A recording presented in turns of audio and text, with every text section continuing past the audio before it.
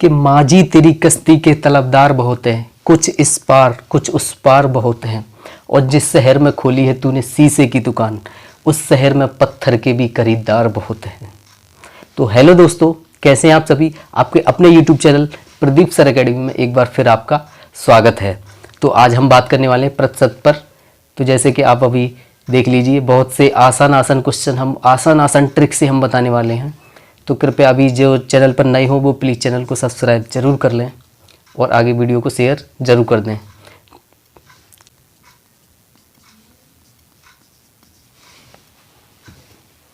तो सबसे पहले परसेंटेज का बेसिक समझिए। आप जब तक बेसिक नहीं समझेंगे तब तक बड़े से बड़े सवाल या कुछ हार्ड सवाल जो कंपटीशन लेवल में आते हैं वहाँ तक आप कैसे पहुँचेंगे। तो वहाँ तक हम आपके लिए हम पहुँचाएंगे। तो ठीक है, आप बेसिक ध्यान से पढ़िएगा कि जो परसेंटेज होता है उसका मतलब क्या होता है। 1/100, यानी कि 1/100 का मतलब परसेंटेज। ठीक है, जैसे कि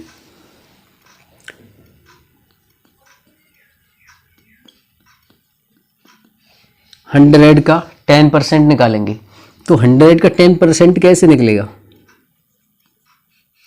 का की जगह गुणा, परसेंटेज के बदले में क्या लगाना है 1/100। जहां भी आपको परसेंटेज नजर आए तो वहां क्या लगाना है 1/100। 1/100 1 2 1 2, यानी कि 100 का 10% कितना आया 10 आया। वैसे ही आप देखेंगे जो 100 के ऊपर बात करी जाए, एक एग्जाम्पल और लेता हूं मैं।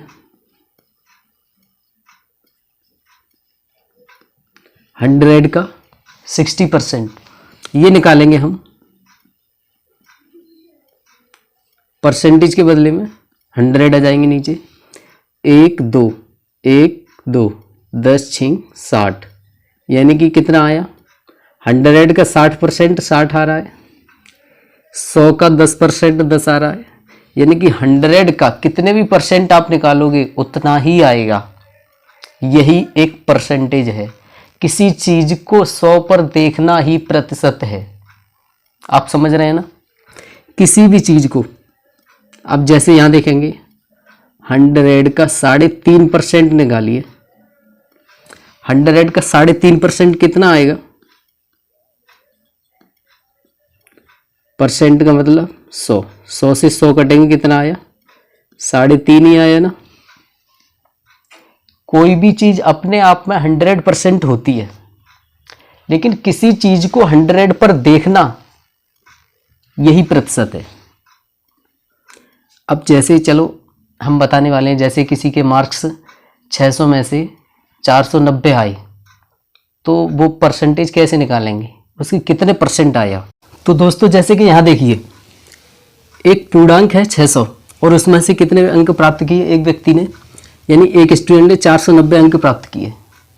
तो अब इसकी परसेंटेज कैसे निकालेंगे। तो जितने अंक प्राप्त किए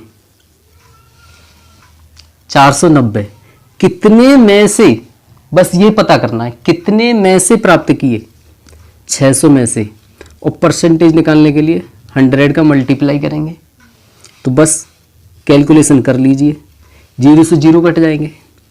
6 48, एक बचा, 6 1 6, 4 बचे, 6 6 36, यानी कि 81.6% उसने इतने अंक प्राप्त किए। अगर कोई कहे कि मुझे 9 अंक प्राप्त हुए तो उससे ये भी पूछो कितने में से, यानी कि अगर किसी को 10 में से 9 अंक प्राप्त हुए तो इसकी परसेंटेज निकालो। सबसे पहले 9 अंक प्राप्त हुए कितने में से 10 में से, इंटू 100 करेंगे। 9 ढाई 90%, यानी कि उसने 90% अंक हासिल कर लिए। अगर कोई कहता है कि मुझे इतने अंक प्राप्त हुए तो उससे ये भी पूछो कि कितने में से, तब उसकी हकीकत, उसकी असलियत निकल कर आएगी। तो चलिए अब हम आगे बात करते हैं।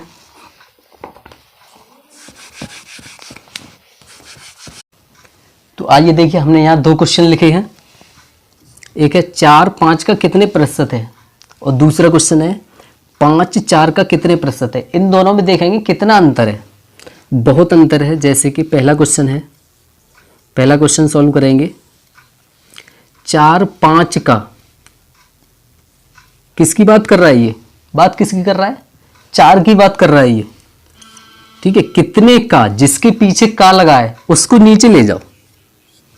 5 का तो 5 नीचे। जैसे अब कहीं आ जाए कि 87.5 का, 87.5 का 80 कितने प्रतिशत है, तो जिसके पीछे का लगा है वो नीचे आएगा। और मल्टीप्लाई कितने से? 100 से। 20 पंजे 100 और 20 100 के 80, यानी कि 4 जो है वो 5 का कितने प्रतिशत है? 80% है। वैसे ही दूसरा सवाल सॉल्व करेंगे। दूसरा सवाल है 5 4 का, जो का लगा हुआ है वो 4 के पीछे लगा है, तो यानी कि 5 की बात कर रहा है। किसका? 4 का। जिसके पीछे का लगा है उसको नीचे रखेंगे, ये बात ध्यान में रखना है। इंटू 100 करेंगे। 25 चौका 100 और 25 पंजे 125। अब देखिए इसमें और इसमें कितना अंतर है। बहुत अंतर आया? नहीं आया। तो बस ये बात ध्यान रखनी है कि का किसके पीछे लगा है। ये जो का है ना, ये बहुत इंपॉर्टेंट चीज है। बस इसको अगर तुमने ध्यान नहीं दिया तो आंसर बहुत गड़बड़ करवा देगा और गलत करवा देगा। तो आपको इस बात का ध्यान रखना है। नेक्स्ट क्वेश्चन देख। तो अब यहाँ पर देखिए आप, यहाँ हमने एक क्वेश्चन लिखा है। एक नगर की जनसंख्या में प्रतिवर्ष 10% की वृद्धि होती है, ठीक है। यदि वर्तमान जनसंख्या 20,000 हो तो अगले वर्ष जनसंख्या कितनी होगी? क्वेश्चन समझ में आ रहा है? यानी कि अभी किसी गांव की जनसंख्या है, किसी नगर की, वो 20,000 है। अगले वर्ष कितनी हो जाएगी यदि प्रतिवर्ष 10% बढ़ती है? तो इस सवाल के लिए हम 2 तरह से करेंगे। एक देखिए, सबसे पहले बेसिक है। बेसिक ये है कि 20,000 का 10% निकाल लीजिए। 20,000 का 10% निकालकर और इसमें 20,000 में ऐड कर दीजिए, यही तो निकलेगा। 20,000 प्लस 20,000 का 10%, इसको सॉल्व कर लीजिए, आंसर आपके सामने होगा। 1 2 1 2 2,000 प्लस 20,000, ठीक है। 20,000 और 2,000 कितने हो गए? 22,000। ये आपका आंसर आ गया, 22,000। अब इसकी दूसरी ट्रिक क्या है? इस ट्रिक से तो केवल आप यही सवाल निकाल पाएंगे। अगर कहीं दशमलव में मामला फंस जाएगा तो हम क्या करेंगे? तो इसके लिए एक दूसरी ट्रिक और है मेरे पास, वो है फ्रैक्शन वाली, ठीक है। फ्रैक्शन वाली आपको ध्यान से समझनी होगी, ये बहुत इंपॉर्टेंट है।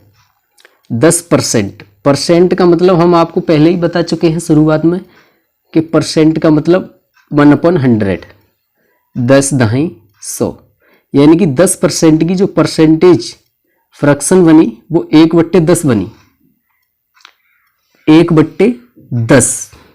यानी कि किसी नगर की जनसंख्या आज 10 है तो अगले साल, अगले वर्ष इतनी बढ़ जाएगी 1, 10 और 1 कितने हो जाएंगे? 11। अगले साल 11 हो जाएगी, ठीक है। तो ये यही 10, ये 10 बराबर कितने के? 20,000 के। 1 बराबर 20,000 इंटू कितने का गुणा कर देंगे? 1 बराबर 20,000 बट्टे 10 इंटू 11, ठीक है। ये जो 11 है, 11 का गुणा कर देंगे, 0 से 0 कट जाएगा, तो 2,000 इंटू 11, 11 दूनी 22,000 आपका आंसर। तो आपको जो फॉर्मूला, ये जो ट्रिक है, वो कौन सी ट्रिक सही लगी? परसेंटेज फ्रैक्शन वाली या फिर बेसिक वाली? तो देखिए भैया, पढ़ लो इसको सही से। क्वेश्चन देखिए, एक शहर की जनसंख्या में प्रतिवर्ष 10% की वृद्धि हो रही है। वर्तमान में जनसंख्या 1,000 है तो कितने वर्ष में इसकी जनसंख्या 13 से 31 हो जाएगी? अरे भैया इसका आंसर तो देखते ही हर कोई मार देगा। देखिए 1000 ये वर्तमान है और 13 से 31 ये जनसंख्या कितने वर्ष में बढ़ रही है ये हमको पता करना है। तो देखो भैया ये कितने का क्यूब है? ये 10 का क्यूब है और ये 11 का क्यूब है। तो बस आ गया आंसर 3 साल में। इसका आंसर क्या होगा? 3 साल में 3 वर्ष में इसकी जनसंख्या 13 से 31 हो जाएगी। अरे पढ़ लो भैया, बहुत आसान है।